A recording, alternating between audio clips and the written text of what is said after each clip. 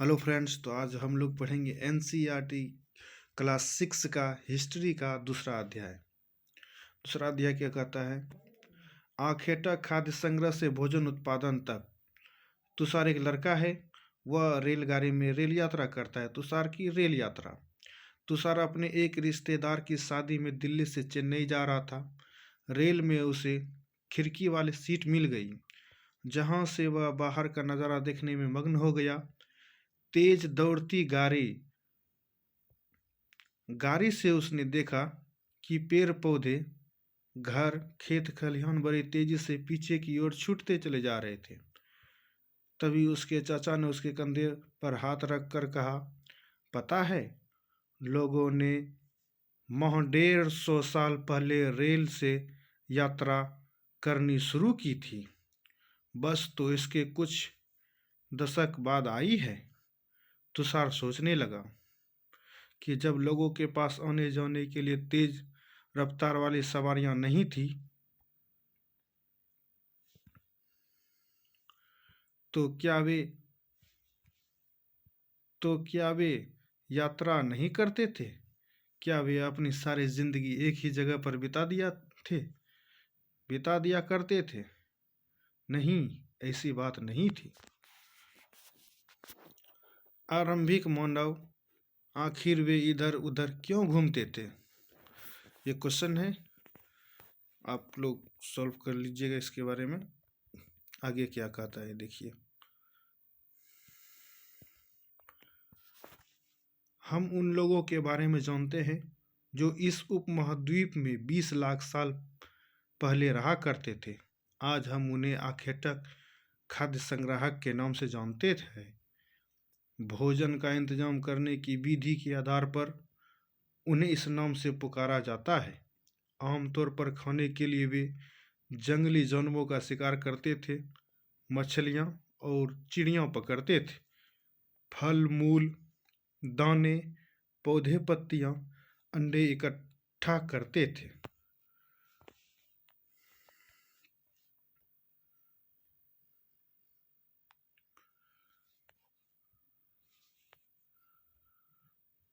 आखेटक खाद्य संग्राहक समुदाय के लोग एक जगह से दूसरी जगह पर घूमते रहते थे। ऐसा करने का कई कारण थे। कारण नंबर 1, पहला कारण यह कि अगर वे एक ही जगह पर ज़्यादा दिनों तक रहते तो आसपास के पौधों, फलों और जानवरों को खाकर समाप्त कर देते थे। इसलिए और भोजन की तलाश में इन्हें दूसरी जगह पर जाना पड़ता था। कारण नंबर 2, दूसरा कारण यह कि जानवर अपने शिकार के लिए या फिर हिरन और मवेशी अपना चारा ढूंढने के लिए एक जगह से दूसरी जगह जाया करते हैं। इसलिए इन जानवरों का शिकार करने वाले लोग भी इनके पीछे पीछे जाया करते होंगे, ये तुषार ने सोचा। और कारण नंबर 3, रीजन नंबर 3, तीसरा कारण यह कि पेड़ों और पौधों में फल फूल अलग अलग मौसम में आते हैं, इसलिए लोग उनकी तलाश में उपयुक्त मौसम के अनुसार अन्य इलाकों में घूमते रहेंगे या घूमते होंगे। कारण नंबर 4 यानी चौथा कारण यह है कि पानी के बिना किसी भी प्राणी या पेड़ पौधे का जीवित रहना संभव नहीं होता, और पानी झीलों, झरनों तथा नदियों में ही मिलता है। पानी जो है झीलों तथा नदियों में ही उस समय मिलता था।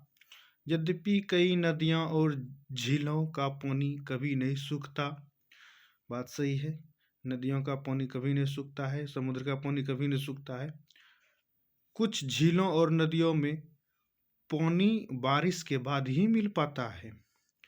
कई सारे जगह ऐसे हैं जहाँ पर वर्षा होता है तो पानी मिलता है, नहीं तो नहीं मिलता है। इसलिए ऐसी झीलों और नदियों के किनारे बसे लोगों को सूखे मौसम में पानी की तलाश में इधर उधर जाना पड़ता होगा, ये तुषार ने सोचा।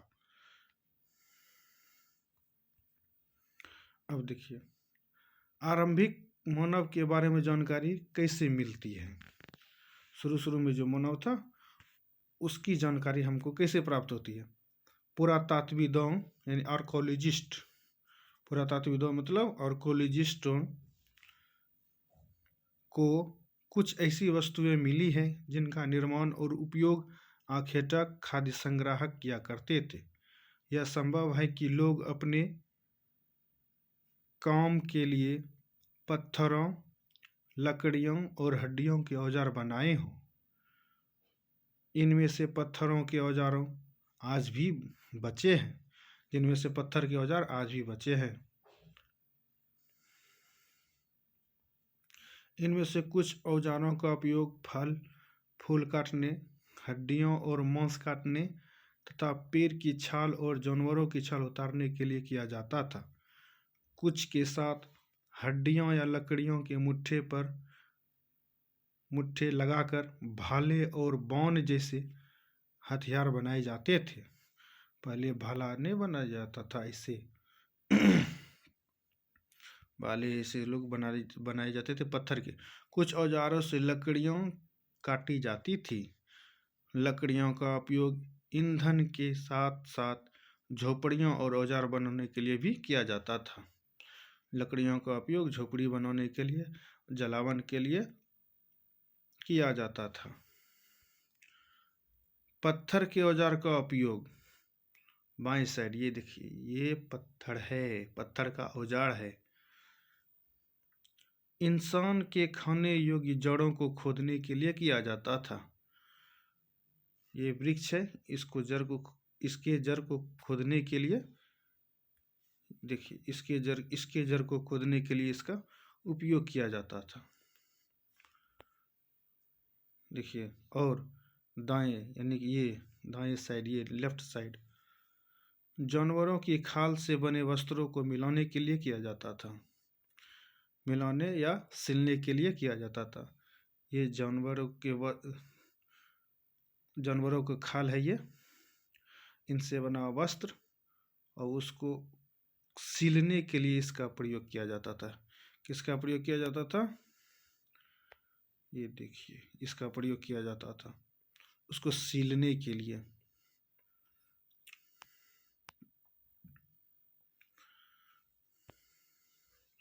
रहने की जगह निर्धारित करना, उस समय के लोग रहने की जगह निर्धारित करते थे।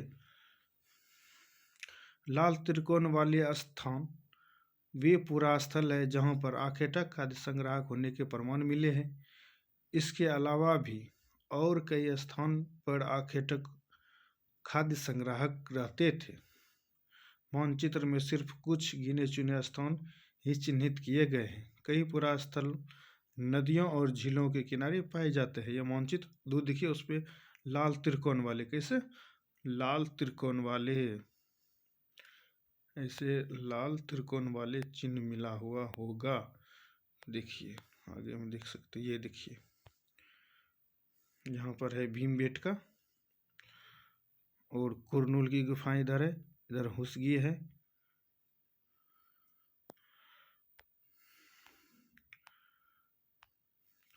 मानचित्र आप ऐसे देख सकते हैं, पूरा पाषाणिक पूरा स्थल लाल से है, नवपाषाणिक ये भी लाल से है, चतुर्भुज बना हुआ है। महापाषाणिक ये हरा से है। आरंभिक गांव इस टाइप का है। आधुनिक नगर स्टार वाला है, आधुनिक नगर स्टार वाला है। तो आधुनिक नगर देखिए स्टार वाला, ये मुंबई वगैरह सब, कोलकाता वगैरह सब आधुनिक नगर हुआ। चूंकि पत्थर के उपकरण बहुत महत्वपूर्ण थे, इसलिए लोग ऐसी जगह ढूंढते रहते थे जहां अच्छे पत्थर मिल सके। उस समय पत्थर का मांग अधिक था, मतलब काम उससे ज़्यादा होता था और इसलिए उसको ढूंढते रहते थे। भीमबेटका आधुनिक मध्य प्रदेश, भीमबेटका कहाँ है? आधुनिक मध्य प्रदेश में है। इस पुरा स्थल पर गुफाएं व कंदड़ाएं मिली है। लोग इन गुफाओं में इसलिए रहते थे क्योंकि यहाँ उन्हें बारिश धूप हवाओं से राहत मिलती थी। ये गुफाएं नर्मदा नदी के पास है। भीमबेटका कहाँ है? नर्मदा नदी के पास है। शैल चित्रकला, शैल चित्रकला, इनसे हमें क्या पता चलता है? ये जो चित्र है इससे हमको क्या पता चलता है? ये तो आदमी है और ये हिरन वगैरह सब, घोड़ा वगैरह सब है। तो इससे पता ये चलता है कि पहले शिकार करते थे आदमी जानवरों को। जिन गुफाओं में लोग रहते थे उनमें से कुछ की दीवार पर चित्र मिले हैं। इनमें कुछ सुंदर उदाहरण मध्य प्रदेश और दक्षिणी उत्तर प्रदेश की गुफाओं से मिले हैं। इनमें जंगली जानवरों की बड़ी कुशलता से सजीव चित्रण किया गया है। जंगली जानवरों की बड़ी कुशलता से सजीव चित्रण किया गया है, उसको अच्छी तरह से बनाया गया है।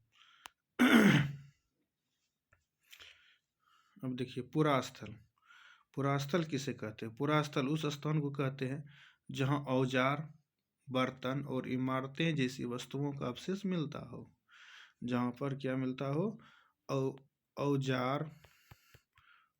औजार, बर्तन के अवशेष मिलते हो, पुराने जमाने के ये सब अवशेष मिलते हो, उसे पुरास्थल कहते हैं।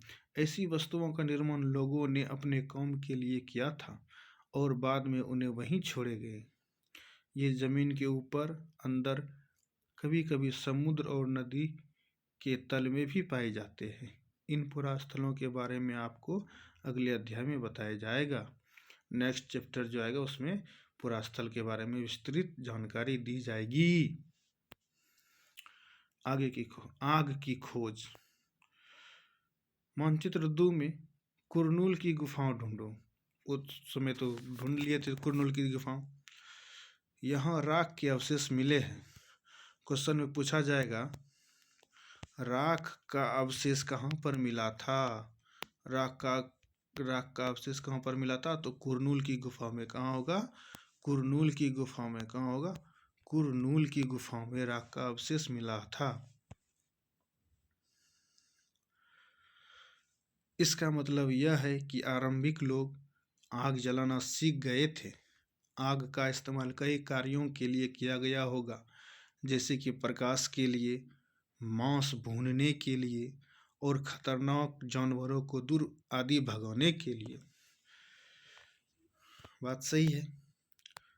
शेर को भगाने के लिए आग का ही जरूरत पड़ता है, तभी शेर भागता है। आज हम आग का उपयोग किस लिए करते हैं? तो आजकल हम आग का उपयोग खाना बनाने के लिए करते हैं और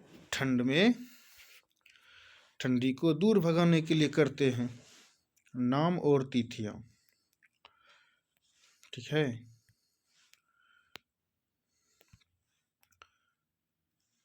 हम जिस काल के बारे में पढ़ रहे हैं, पुरातत्वविदों ने उनके बड़े बड़े नाम रखे हैं। आरंभिक काल को वे पुरापाषाण काल कहते हैं। यह 2 शब्दों यानी पुरा यानी प्राचीन और पाषाण यानी पत्थर से बना है। पुरापाषाण किससे बना है? 2 शब्दों से बना है। पुरा यानी प्राचीन और पाषाण यानी पत्थर से। यह नाम पुरास्थलों से प्राप्त पत्थर के औजारों के महत्व को बताता है।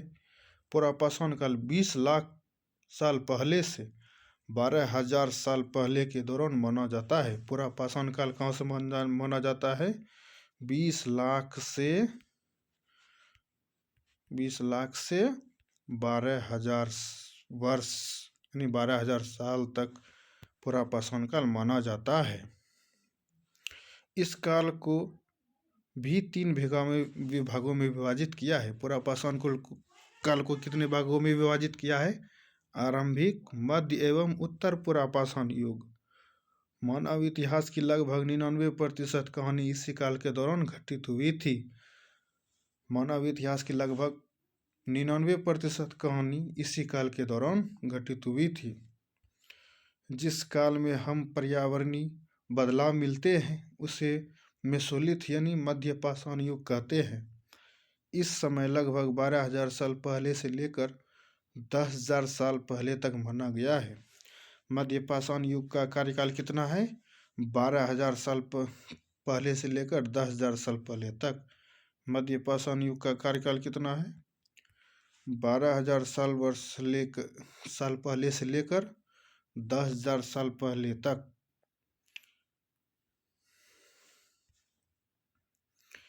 इस काल के पाषाण औजार आम तौर पर बहुत छोटे होते थे। इन्हें माइक्रोलिथ यानी लघु पाषाण कहा जाता है। प्रायः इन औजारों में हड्डियों या लकड़ियों के मुट्ठे लगे हंसिए और आड़ी जैसे औजार मिलते थे। साथ ही मध्य पाषाण युग वाले औजार भी इस दौरान बनाए जाते रहे। अगले युग की शुरुआत लगभग 10,000 पहले से होती है, जिसे नवपाषाण युग कहा जाता है। नवपाषाण का मतलब क्या होता होगा? अब बताइए। नवपाषाण का मतलब नए वाले पाषाण यानी कि नया कार्यकाल।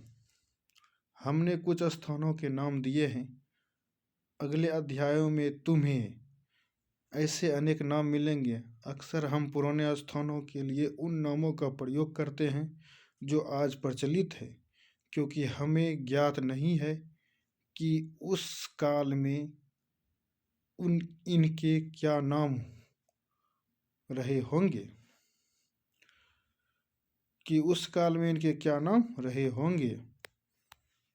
बदलती जलवायु, चेंजिंग क्लाइमेट।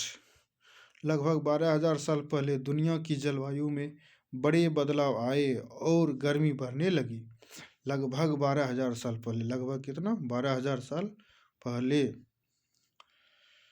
बड़ी जलवायु आई थी। इसके परिणाम स्वरूप कई क्षेत्रों में घास वाले मैदान के बनने लगे। इससे हिरन, बारहसिंगा, भेड़, बकरी और गाय जैसे जानवरों की संख्या बढ़ी, जो घास खाकर जिंदा रह सकते हैं। जो लोग इन जानवरों का शिकार करते थे, वे भी इनके पीछे आए और इनके खाने पीने की आदतों और प्रजनन के समय की जानकारी हासिल करने लगे। हो सकता है कि तब तक लोग इन जानवरों को पकड़कर अपनी ज़रूरत के अनुसार पालने की बात सोचने लगे हों। साथ ही इस काल में मछली भी भोजन का महत्वपूर्ण स्रोत बन गई थी। भोजन उस समय महत्वपूर्ण स्रोत बन गया था। खेती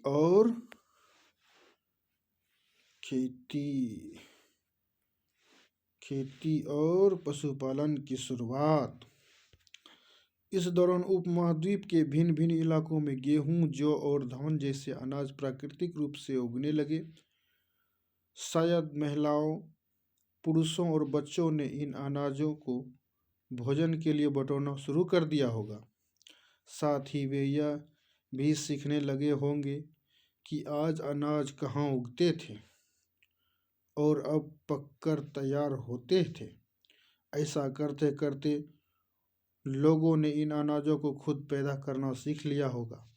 इस प्रकार धीरे धीरे वे कृषक भी बन गए होंगे। ये तुषार अपने मन में ख्याल करता है। इसी तरह लोगों ने अपने घरों के आसपास चारा रखकर जानवरों को आकर्षित कर उन्हें पालतू बनाया होगा। ये तुषार अपने मन में यही सब सोचता है। सबसे पहले जिस जंगली जानवर को पालतू बनाया गया होगा, वह कुत्ते का जंगली पूर्वज था। सबसे पहले कौन सा जानवर बनाया था? कुत्ता।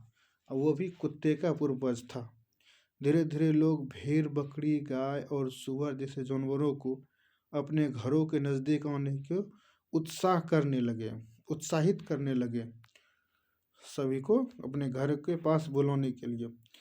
ऐसे जानवर झुंड में रहते थे और ज़्यादातर घास खाते थे। अक्सर लोग अन्य जंगली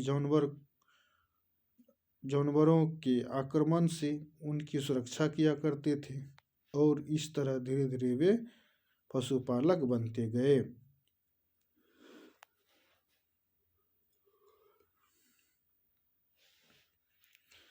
क्या तुम बता सकती हो कि सबसे पहले कुत्तों को ही पालतू क्यों बनाया गया? ये क्वेश्चन है, आप इसको सॉल्व कीजिए। सॉल्व करने के लिए कह रहा है, उस समय घरेलू की प्रक्रिया कौन सी होती थी? आप जानिए। लोगों द्वारा पौधे उगाने और जानवरों की देखभाल करने को घरेलूकरण की प्रक्रिया का नाम दिया गया है। लोगों द्वारा पौधा जो उगाता है और जानवर की देखभाल जो करता है, उसको कौन सी प्रक्रिया दिया गया है? घरेलू की प्रक्रिया। अपनाए गए पौधे तथा जानवर अक्सर जंगली पौधे तथा जानवरों से भिन्न होते हैं। जिसे पालतू बनाया जाता है वो सभी से अलग होता है। इसकी वजह यह है कि इस प्रक्रिया के तहत अपनाए गए पौधों या जानवरों का लोग चयन करते हैं।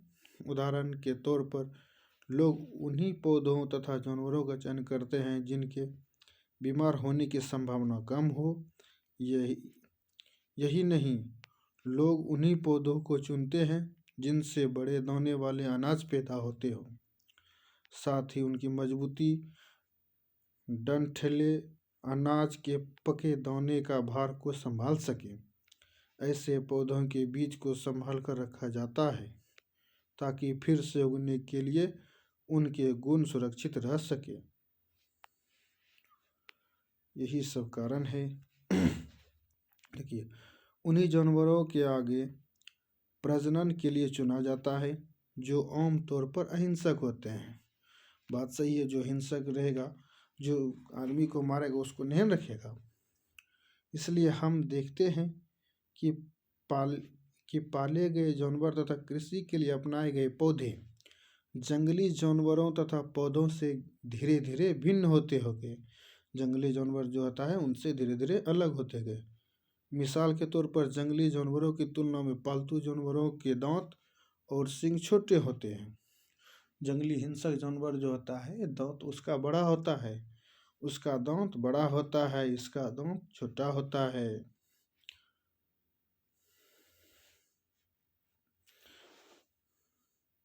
इन दांतों को देखो, इनमें से कौन जंगली सुअर का है और कौन सा पालतू जानवर का है?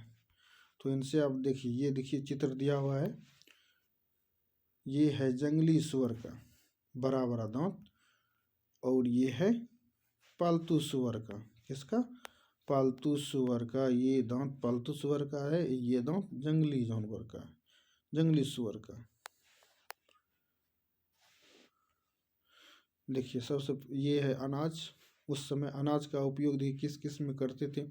बीज के रूप में करते थे, खाद्य यानी खाने के रूप में करते थे, उपहार के रूप में किसी को भेंट दिया जाता था, भंडारण यानी उसको एकत्रित करके रखा जाता था। बीज का अन्न, बीज या अनाज एक नवीन जीवन शैली, मतलब नए जीवन कैसे जीते थे।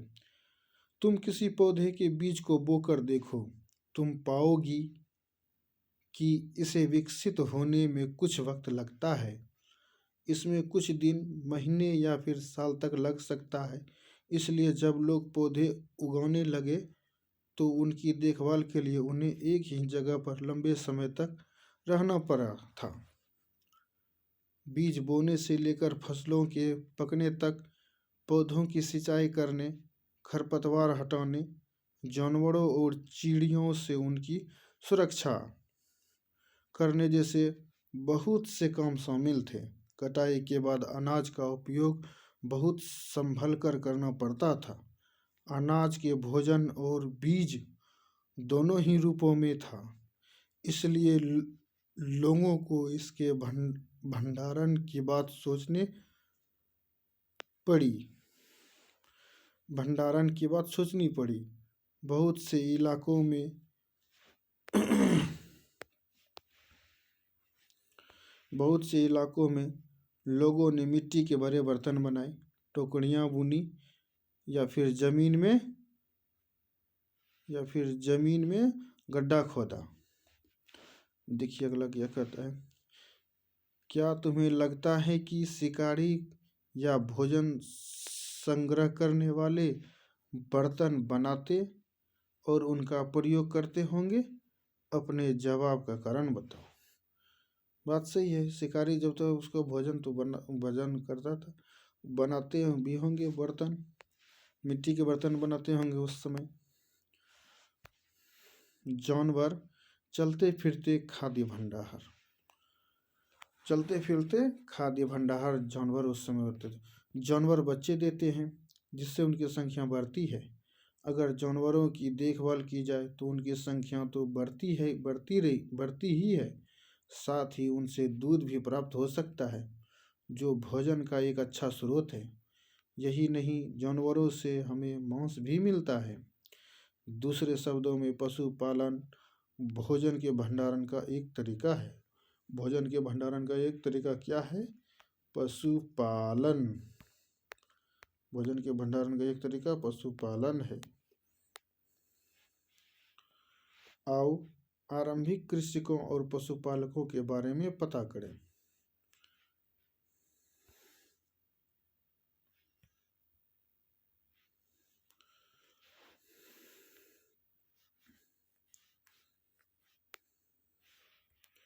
मानचित्र 2 देखो। अच्छा, क्या तुम्हें कई नीले वर्ग दिख रहे हैं?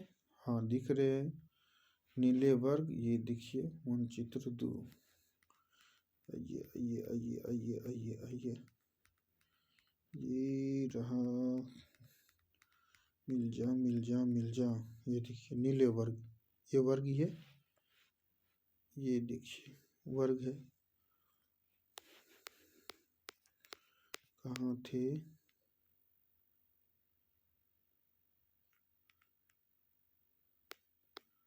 कहाँ थे कहाँ थे कहाँ थे कहाँ थे?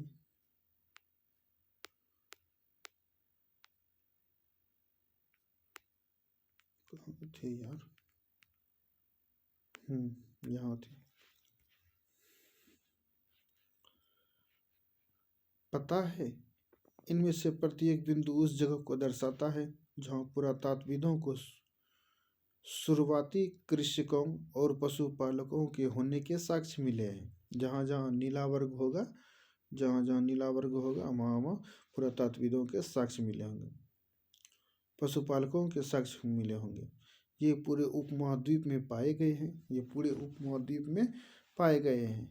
इनमें सबसे महत्वपूर्ण पश्चिमोत्तर क्षेत्र में, आधुनिक कश्मीर में और पूर्वी तथा दक्षिणी भारत में पाए गए हैं। पश्चिम तथा पूर्वी दोनों में पाए गए हैं।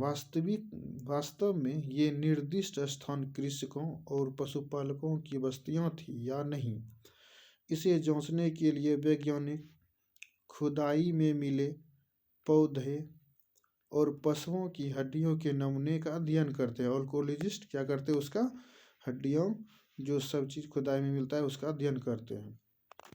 इनमें से सबसे रोचक जले हुए अनाज के दानों का अवशेष है। वो सबसे ज़्यादा अच्छा क्या लगता है? जो अनाज के दाने जला हुआ मिलता है। ऐसा लगता है कि ये गलती से या फिर जानबूझकर जलाए होंगे। वैज्ञानिक इन अनाज के दानों की पहचान कर सकते हैं। इस तरह हमें पता चलता है कि इस उपमहाद्वीप के विभिन्न भागों में बहुत सारी फसलें उगाई जाती रही होंगी। वैज्ञानिक विभिन्न जानवरों की हड्डियों का भी पहचान कर सकते हैं। वैज्ञानिक अलग अलग हड्डियों का भी पहचान कर सकते हैं। वैज्ञानिक विभिन्न जानवरों की हड्डियों का भी पहचान कर सकते हैं। अस्थायी जीवन की ओर।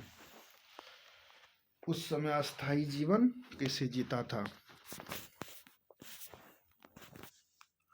पुरातात्विदों को कुछ पुरास्थलों पर झोपड़ियां और घरों के निशान मिले हैं, जैसे कि बुर्जहोम, यानी वर्तमान कश्मीर में है। बुर्जहोम के लोग गड्ढे के नीचे घर बनाते थे, जिन्हें गर्तावास कहा जाता है। बुर्जहोम के लोग गड्ढे के नीचे घर बनाते थे, जिससे क्या कहा जाता था? गर्तावास कहा जाता था। इनमें उतरने के लिए सीढ़ियाँ होती थी। इससे उन्हें ठंड के मौसम में सुरक्षा मिलती होगी। पुरातात्विदों को झोपड़ियों के अंदर और बाहर दोनों ही स्थानों पर आग जलाने की जगह मिली है। यानी पहले घर के अंदर और बाहर भी आग लगाते थे आदमी लोग। उस समय ऐसा लगता है कि लोग मौसम के अनुसार घर के अंदर या बाहर खाना पकाते होंगे। बहुत सारी जगहों से पत्थर के औजार भी मिले हैं। इनमें से कई ऐसे हैं जो पुरापाषाण युगीन उपकरणों से भिन्न हैं। कई पत्थर के औजार ऐसे हैं जो पुरापाषाण युगीन के भिन्न हैं,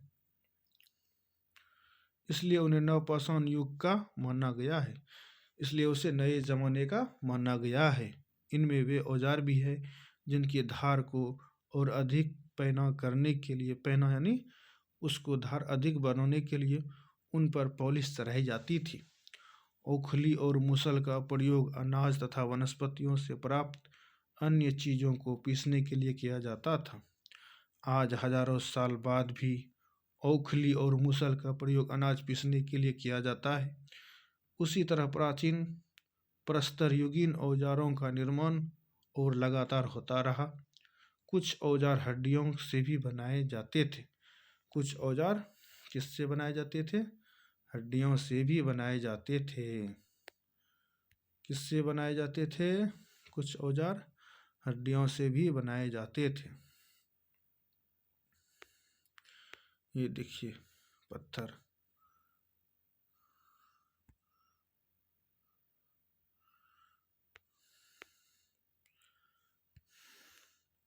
नवपाषाण युग के पुरास्थलों से कई प्रकार के मिट्टी के बर्तन मिले हैं।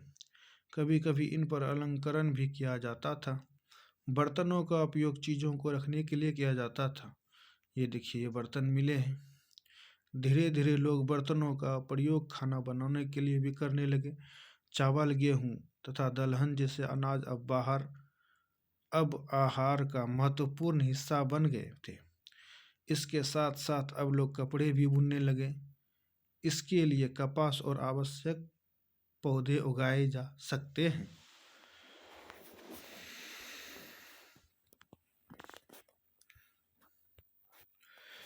क्या ये परिवर्तन हर जगह एक साथ ही आए होंगे?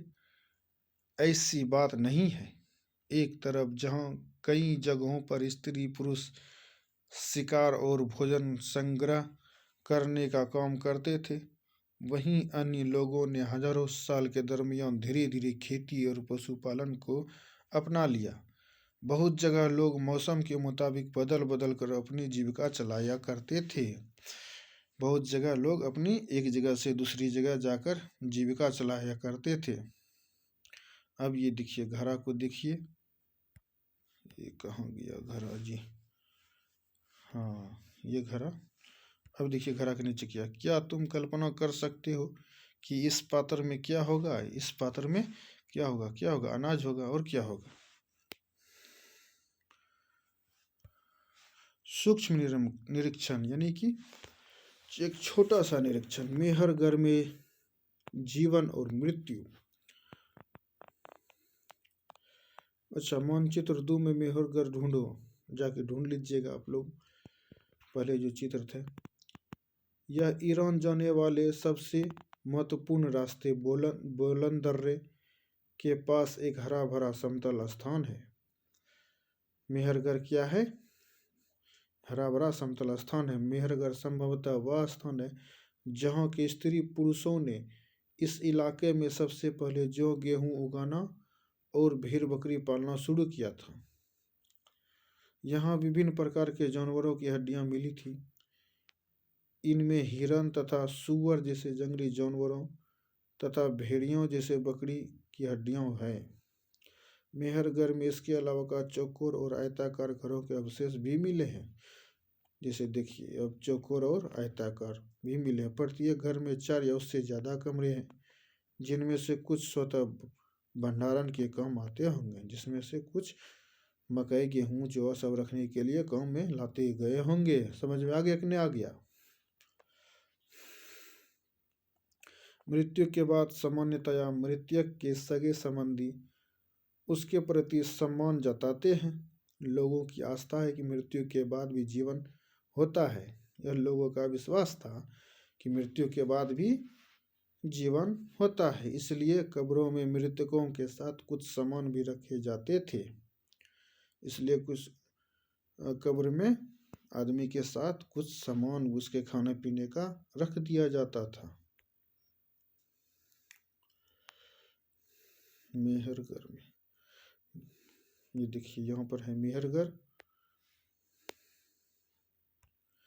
मेहरगढ़ में ऐसी कई कब्रें मिली हैं। एक कब्र में एक मृतक के साथ एक बकरी को भी दफनाया गया था। मेहरगढ़ में बहुत सारे कब्र मिले हैं, जिनमें कि ये देखिए, ये आदमी है और उनके साथ ये आप देख सकते हैं। ये देखिए, ये बकरी है, उनके साथ क्या है, बकरी है। एक कब्र में मृतक के साथ एक बकरी को दफनाया गया था। संभवतः इसे परलोक में मृतक के खाने के लिए रखा गया होगा। अब बताइए, ये देखिए कई सारे ये भी है। मतलब ये परलोक जब जाते होंगे तो इसको वहाँ बकरी खाते होंगे, उस समय की ये बात है।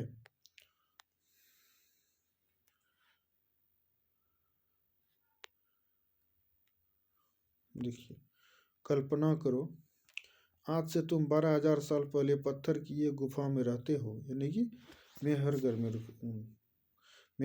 रहते होगे, या तो कुरनूल की गुफा में रहते होगे। पृष्ठ 13 पर देखो, पृष्ठ संख्या 13 पर जाकर देख लीजिएगा।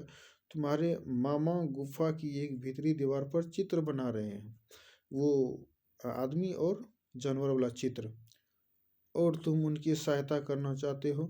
ठीक है, तुम रंग बनाओगे, रेखाएं खींचोगे या फिर उनमें रंग भरोगे। तुम्हारे मामा और तुम्हें कौन सी कहानियां सुनाएंगे?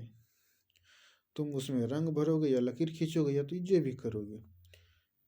अब देखिए उपयोगी शब्द जो आज में हम लोगों ने पढ़ा, उसका उपयोगी शब्द। आखेटक, खाद्य संग्राहक, पूरा स्थल, उद्योग स्थल किसे कहते हैं, आवासीय स्थल किसे कहते हैं, पुरापाषाण किसे कहते हैं, मध्य पाषाण काल किसे कहते हैं, लघु पाषाण काल किसे कहते हैं, कृषक किसे कहते, जो खेती उती करते हैं उसे कृषक कहते हैं, पशुपालक किसे कहते हैं, जो पशु पालते हैं उसे पशुपालक कहते हैं। नवपाषाण युग कहाँ से कहाँ है, कब्र में क्या क्या चीज़ रखी जाती है, ये सब आप लोग कमेंट में कीजिएगा। तो आज तक यही था, तब तक के लिए चैनल को सब्सक्राइब कीजिए।